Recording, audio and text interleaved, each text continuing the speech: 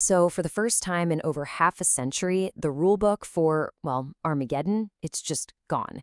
The system that kept the world's most dangerous weapons in check has officially ended. And honestly, the fallout from this could change everything. And look, this isn't some what-if scenario anymore. This is the reality we're living in right now. We're heading into a new era with no limits, no one checking the homework, and it's a profoundly more dangerous one. So, what does that actually mean for all of us?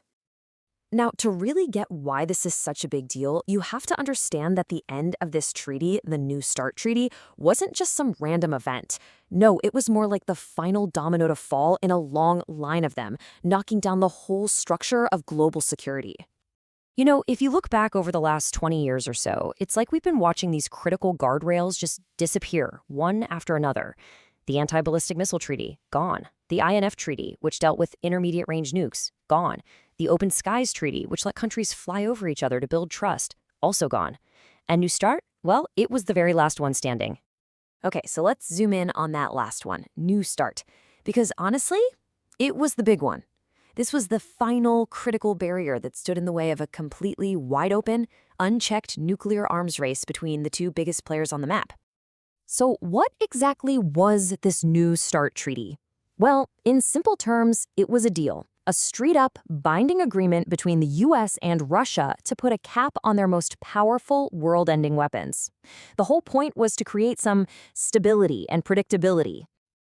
This thing has been around for a bit. It was signed way back in 2010, went into effect in 2011, it even got extended once in 2021.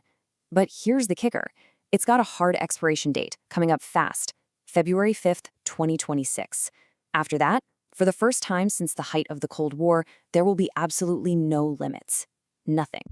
Okay, so we know it was important, but what did it actually do? What were these rules that everyone's so worried about losing? Let's break down the actual nuts and bolts of what it forced both countries to do. And this is the really crucial part. These weren't just pinky promises or vague handshakes. The treaty set up hard, concrete numbers. And the best part? It was verifiable. That meant each side could literally send inspection teams into the other country to count warheads and missiles.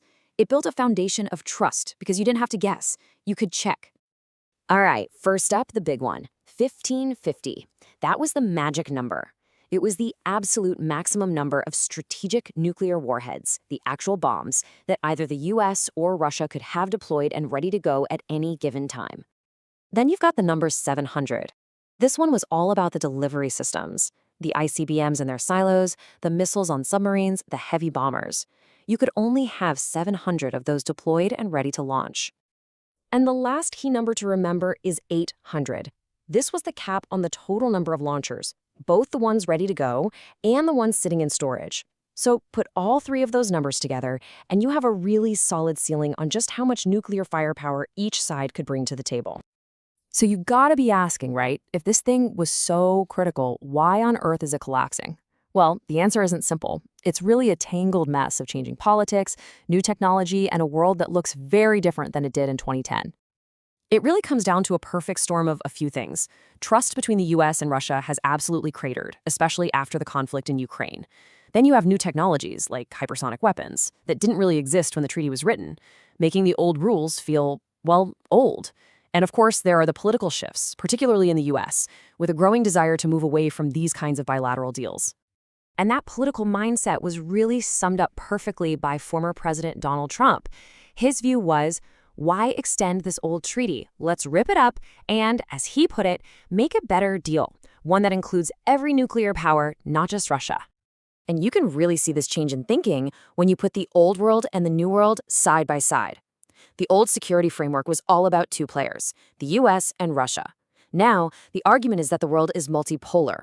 The threat used to be just big nukes. Now it's a messy combination of nukes, hypersonics, and other advanced weapons. The whole game has changed. Okay, so the rules are gone. The thinking has totally shifted. What happens now? What does this new arms race actually look like, and what does it mean for us? And the reality here is, well, it's incredibly stark.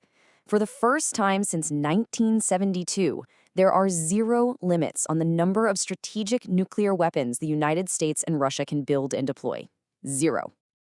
Just look at the potential for an explosion here. According to an analysis from the Federation of American Scientists, without the treaty's limits, we're talking about going from a cap of around 1,550 warheads to potentially, well, over 6,000 in the next few years. That's just a staggering jump. You know, security experts talk about this terrifying chain reaction, and it makes a lot of sense when you break it down. Step 1. No limits means you can build whatever you want.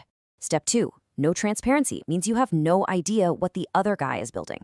That leads to Step 3. You have to plan for the absolute worst-case scenario.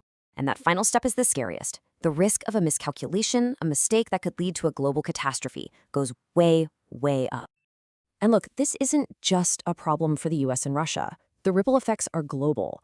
Other countries might feel like they need to get their own nukes to keep up. It means governments will pour billions into weapons instead of their economies.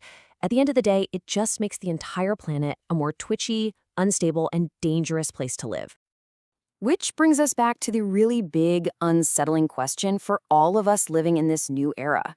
In a world with all these new weapons and new players on the board, is a world without any rules for Armageddon simply the new normal we just have to accept?